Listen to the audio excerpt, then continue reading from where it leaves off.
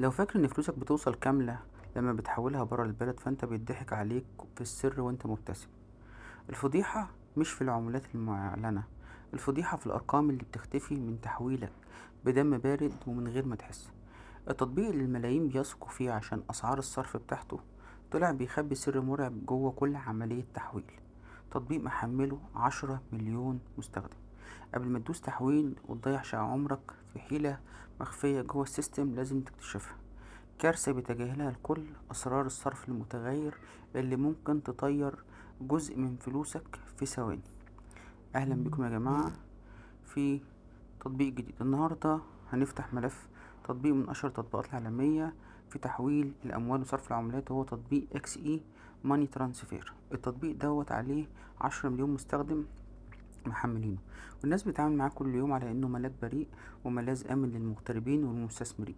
بس السؤال اللي خلاني اشك وابدا التحقيق دوت: هل فعلا الارقام اللي بنشوفها على الشاشه هي اللي بتوصل، ولا في حاجه مستخبيه في الكواليس؟ البدايه كانت لما جالي اكتر من اشعار وشكوى من المستخدمين بيقولوا ان المبالغ اللي بتوصل للمستلمين بتقل عن المتوقع بدون سبب واضح. وهنا قررت ادخل في التفاصيل بنفسي وعملت تجربه فعليه للتحويل، وفي الظاهر العمليه سلسه وسريعه جدا. لكن لما تدقق في الكشف الحساب والتفاصيل العملية تبدأ تشوف المشاكل. تطبيق بيكتب لك العمولة صفر أو منخفضة جدا عشان يشدك، بس الحقيقة المرعبة بتكتشفها لما تقارن سعر الصرف المكتوب بالسعر السوق الحقيقي في نفس الدقيقة. تحليل الاشتراكات والفلوس بيوضح ان التطبيق ما بيعتمدش بشكل اساسي على رسوم التحويل المباشر، بل بيعتمد على ما يسمى exchange rate margin او هامش سعر الصرف. يعني بياخد الفايدة بتاعته من الفرق في السعر العملة الحقيقي والسعر اللي بيفرضه عليك. هل ده يعتبر نصب مباشر؟ قانونيا لا، لانهم كاتبين السعر قبل ما تأكد عملية التحويل، لكن عملية استغلال لعدم معرفة المستخدم بسعر السوق الحالي.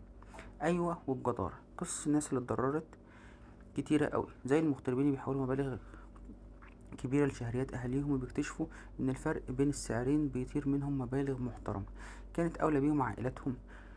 عشان نكون منصفين وفي التحقيق ده بنقول الحقيقة، التطبيق ده فيه مميزات حقيقية زي السرعة، دعم العملات متعددة، والواجهة السهلة جدا، والأمان في وصول الفلوس بدون ما تضيع. لكن الحيلة المخفية هي التنويم المغناطيسي بكلمة بدون عمولة، في حين إن الخدعة كلها محطوطة جوه سعر الصرف المتباعد.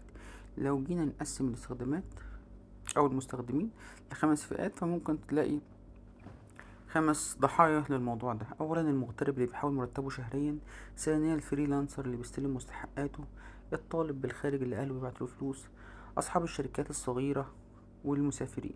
الخمسة دول هم اللي ما بيراجعوش سعر الصرف الرسمي في البنوك مقارنة بالتطبيق.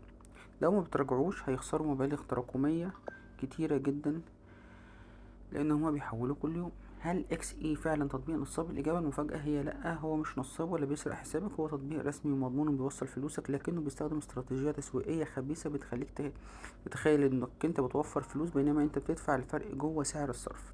حكم النهائي الواضح جدا: اكس اي تطبيق امن وموثوق لنقل الاموال وبسرعه، لكنه مش الارخص. لو بتدور على الامان السريع استخدمه، لو بتدور على كل قرش قارن سعر الصرف بالمنافسين قبل ما تدوس تاكيد. لو كنتش عارف اي حاجه عن التطبيق وعرفتها من خلالي، شير ولايك وسبسكرايب. لو عندك معلومه ايجابيه او سلبيه عن التطبيق اكتبها لي في الكومنتات وانا هثبت تعليقك عشان الكل يستفيد. سلام.